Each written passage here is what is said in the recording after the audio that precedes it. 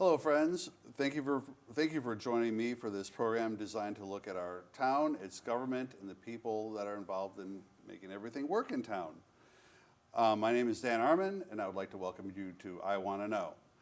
And I would like to extend a warm welcome to Fran Murphy and Nita Ray of the North Branford, the Food Pantry of North Branford. Hi, folks. Good Thanks evening. for joining me today.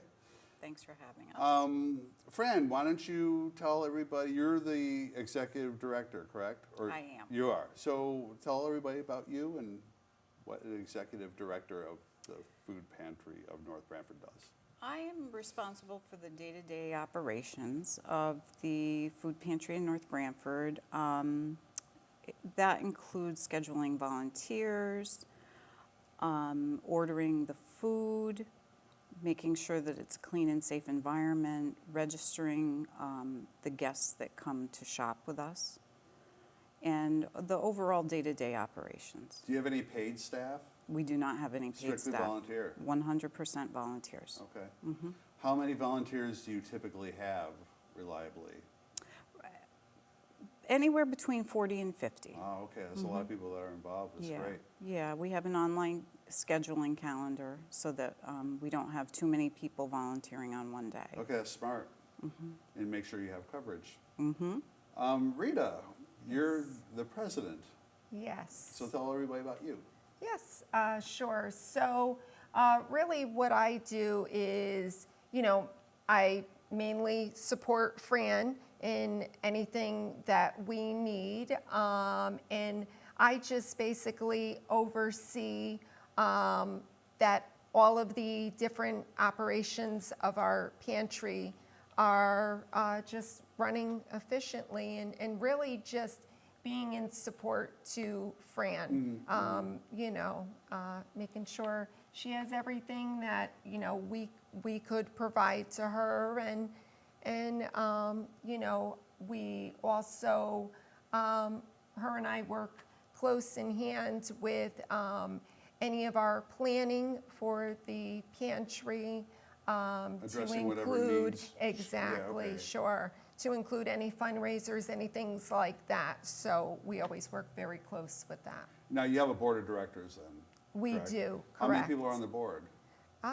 We have a secretary, a treasurer, president, vice president, and 2 other board members. At-large members? Yes. Okay. Yes, we do.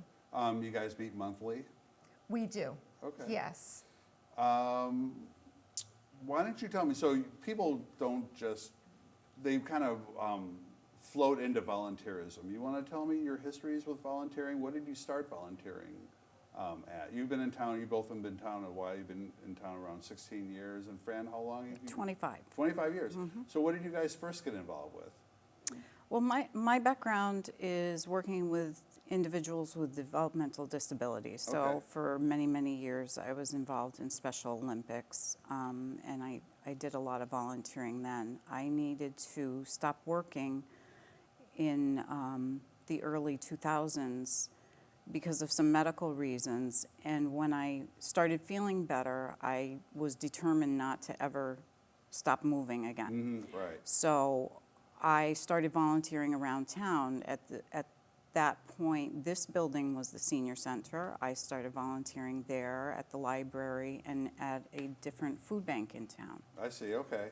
And then you see, all the needs that there are in town and in society, so there's no shortage of things to do.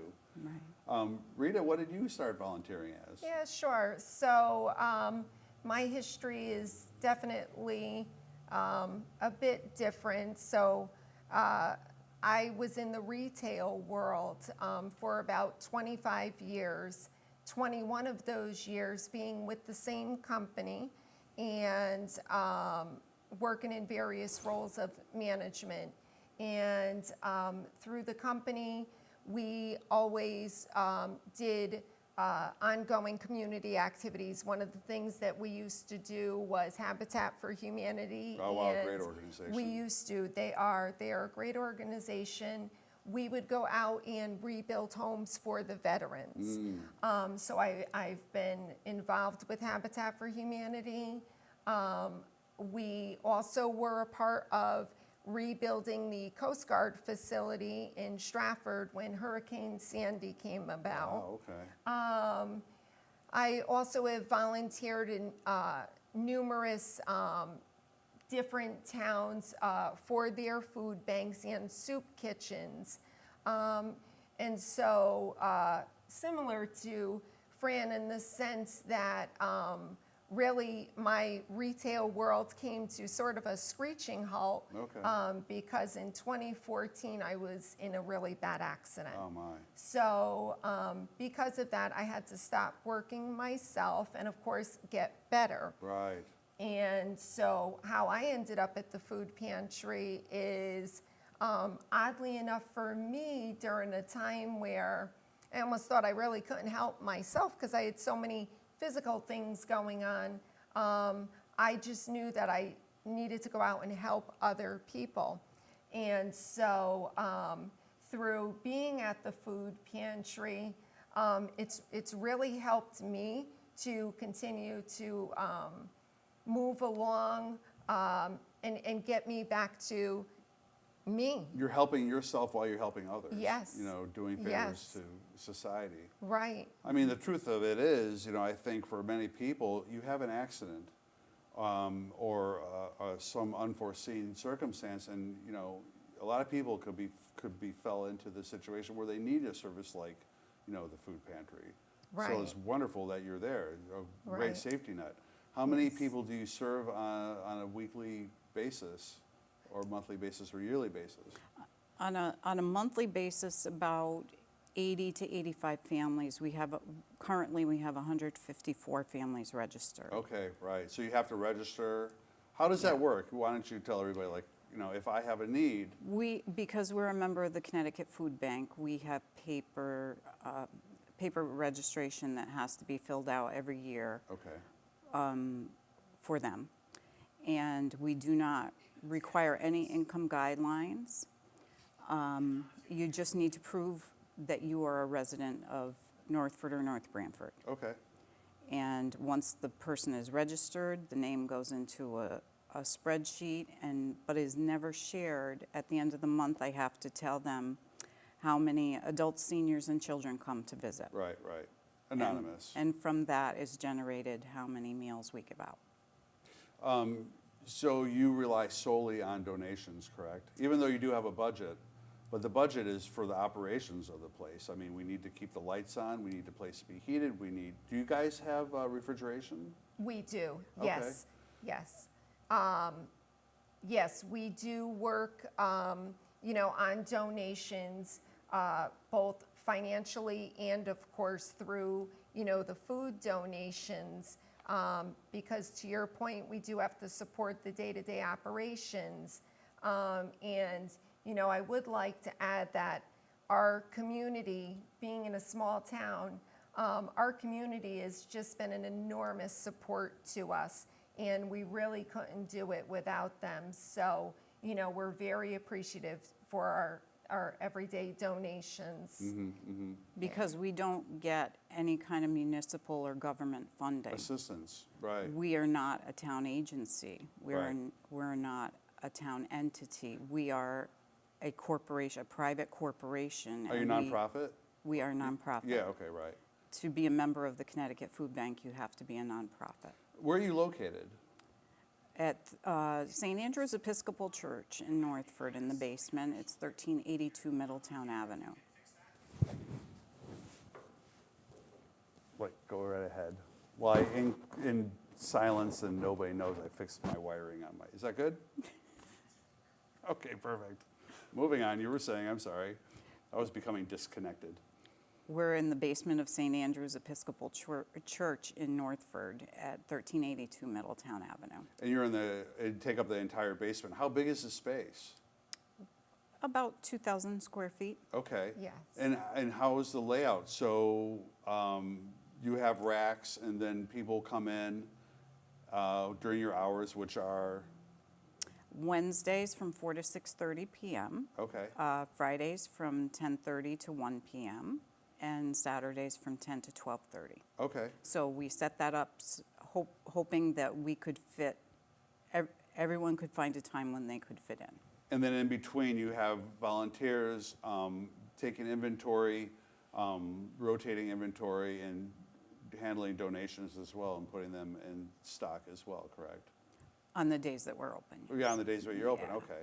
So how does it work? So, I show up at the church, I say, I'm registered, then people just can come in and pick out what their needs are. Once a person is registered, they just need to sign in every week so we can keep statistics. Okay,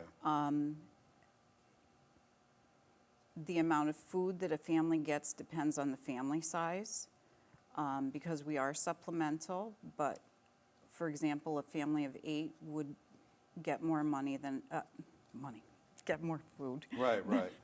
than a family of 1. And so we have cards as guidelines, and the cards match the shopping area the way it's set up. Okay.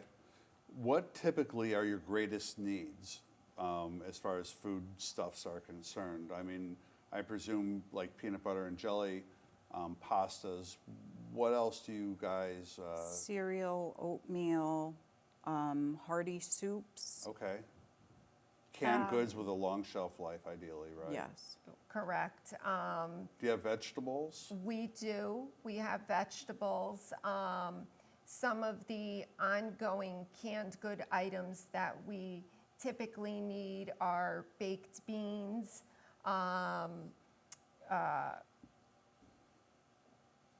wouldn't say Instant carrots, potatoes. Instant potatoes, Okay. yes. Because through the Connecticut Food Bank, there are some items that we would consistently get through them. Some things have changed there where they've had some shortages. So of course that trickles down to the different towns with what they give us.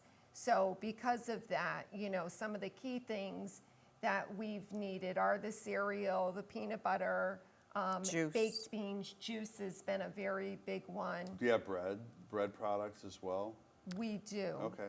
We have a retail agreement with Big Y. All right, fantastic, yeah. That we receive bread and pastries once a week and produce, fruits Okay. and vegetables twice a week. Do you have meat products as well? Yes, we do. Okay, great. We have a freezer. And if I just might add to that, Sure. I do put out every week on all of our community Facebook pages the different items that we need on a weekly basis that we'll need for either the current week that we're in or, of course, heading into the following week. So quite often, a lot of the items will stay the same, but here and there, I do add in different items that we're, for A that shortage, moment, short right. on. And then if there's a particular item that is in an urgent need, we do note that it is urgent at that time. So either we are a day away from being completely out or we are out. Can people drop off donations when you're not open, or do you have to be open during like office hours? Yeah, no, because we're a tenant of the church, we can't have people dropping it off at the church, but we do have drop-off locations at Where are they located? either library in the foyer, either Smith or Atwater Libraries in the foyer of Stanley T. Williams Park and Rec. And there's a large wooden box in the front of Big Big Y. Y near the exit. Right, okay. And those are successful for you folks? Yes. Especially when you have a last minute call out, that's hopefully good, because I'm at Big Y Sure. like on a daily basis. Yes. So how do you, what do you do to fundraise? You guys have different events around town, correct, where people leave food by their mailboxes or whatever the case may be? Well, yes, we do have that, but that is done through the post office, so that's I not see. our specific food drive. I see, okay. That's a national postal food drive, so it's in every town. And, at the end of that, on that particular day, the post office brings the items collected to us. So although it's not specifically done by us, it's always a huge help for us. Yes. And then outside of that, we do Comedy at the Castle, which is, very big for us. And we do have that coming up. When is that? We are having that on Friday, September 27th, so a bit different this year. Whereas in the past, it's been held on Sunday evenings. We're going to be doing it on a Friday evening this year. And People are ready to stay out later. Yes, yes. More And raffle then- tickets to be sold. Sure, of course. More And pizza then, to be eaten. yeah, of course. And of course, with it being a fundraiser, we hopefully will gain more traffic coming to our event, right? And it's really a great evening with a lot of laughs, a lot of great times with neighbors, friends, family. It's an adult event because it is a comedy show, but it's a lot of fun. It's a great get-together. We have a lot of fun raffle prizes, and it's all for a great cause. Absolutely. We also Fran, please, have. because I'm I sorry. heard that you're the one that usually does all the talking, and it seems to be the pressure's been on Rita. So We also have an annual appeal. We send out a letter asking for funds. And this year we're doing it in September, which is Hunger Action Month. So Okay. the comedy show and the annual appeal will both occur during Hunger Action Month. I bet you the summer is kind of tough, actually. Summer's very tough. The needs are there, and then people aren't around. For every child that normally would eat lunch at school, parents have to come up with 100 extra meals per summer. Right. So a family with 3 children, that's 300 extra meals. Right, and there's really a large population of kids that are on free or reduced cost lunch. So that Right. does tell you the scope of what we're talking about here. There's also a large population of people who do not qualify for free or reduced lunches or SNAP or WIC. They just fall into a loophole, right, where they're above Right, certain and that's criteria. precisely why we don't ask for financial qualifications, because we're trying to target that gray area. right, The people right. that make $25 too much or $52 too much. So, Right. and our working families. Yeah, right. What else can you tell me that I have not asked? Let's think. See, that's always my concern because, we always get into these conversations and I have my notes and then we cover it and then I'm like, well, I don't know what else I should ask because, Dan, I would say, Fran and I talked prior to coming this evening, and, the biggest thing for us is awareness. Awareness is definitely key. that's why I do the show And- too, because Sure. we need this opportunity. Sure, absolutely. And I know we do have a lot of new families in town that may not be aware that we're either there or, how exactly we work. So, our intention for this evening was to just, put some facts out there about us and what we do, and that, we're here for our community. We do know that it's not always easy to take those steps to go downstairs to come and see us, but we work really hard and have such a great group of volunteers, and Fran works really hard in what she does to help make it a welcoming, very comfortable environment. As the community comes to us, it's very much like a family atmosphere. They talk to us about their kids or different things that they have going on at home. And it's very much a family atmosphere. It's a no judgment zone. We're here to help and to make sure that nobody goes hungry in our community.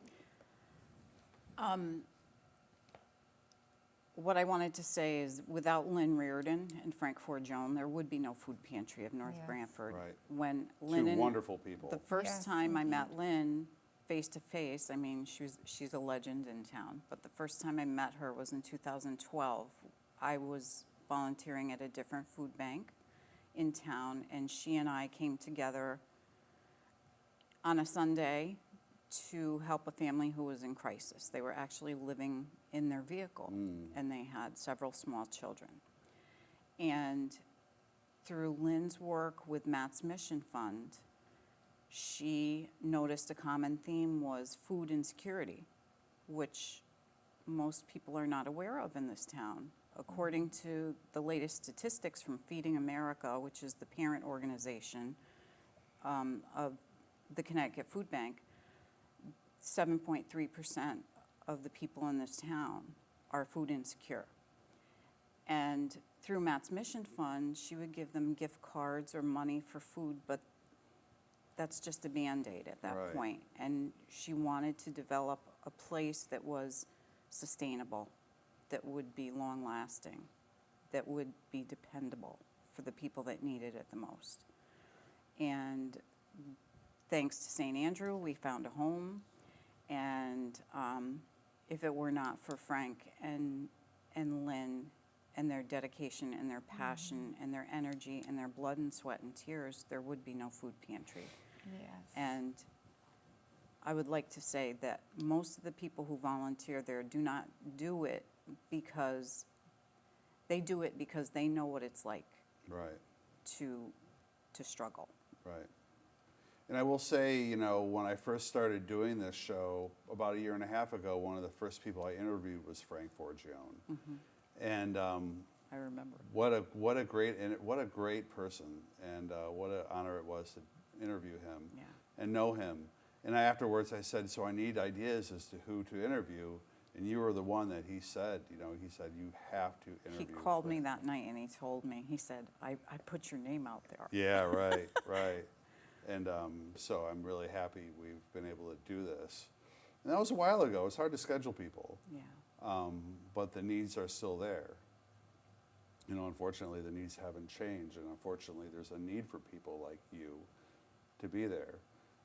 You know, and another thing you touched on, the volunteering, you know, the people that I volunteer with, people do it not to, it's the furthest thing from them is judging. Correct. They do it because they love the people that they're working with to serve, and they love the people that they're serving, and they identify with them. Yes. And it is a family atmosphere. That's why that's what makes North Branford, is because people are so supportive and caring and understanding. Exactly. But we also at that people, it's easy to forget that you're there, and it's easy to forget that those needs are there if you're not in that position. So that's why we have to do this. Right. Right. And this community is fantastic. If it's not the civic groups, the women's club, the Boy Scouts, the first responders, the schools, the churches. We have a church in Branford that donates to us every month. Right. The farms, the Ciccarelli Farm is a huge donor. The high school, we have a wonderful program called the School to Work program, and those students are vital to our every week operation. So describe that. I've never heard of that before. The School to Work program? Yeah. There are students that are 18 to 21 years old that graduate from the high school but stay on in the School to Work program to gain some extra vocational skills. Work experience in a way, right? Exactly. And Caitlin Roshka is the teacher. And when she first contacted me, the first summer that we were open, it was like talking to myself from 30 years ago. And I said, I love what you're doing. I want this, and it was just a perfect fit. So the students, I order a week ahead of time. I email her the order. The students go through the order.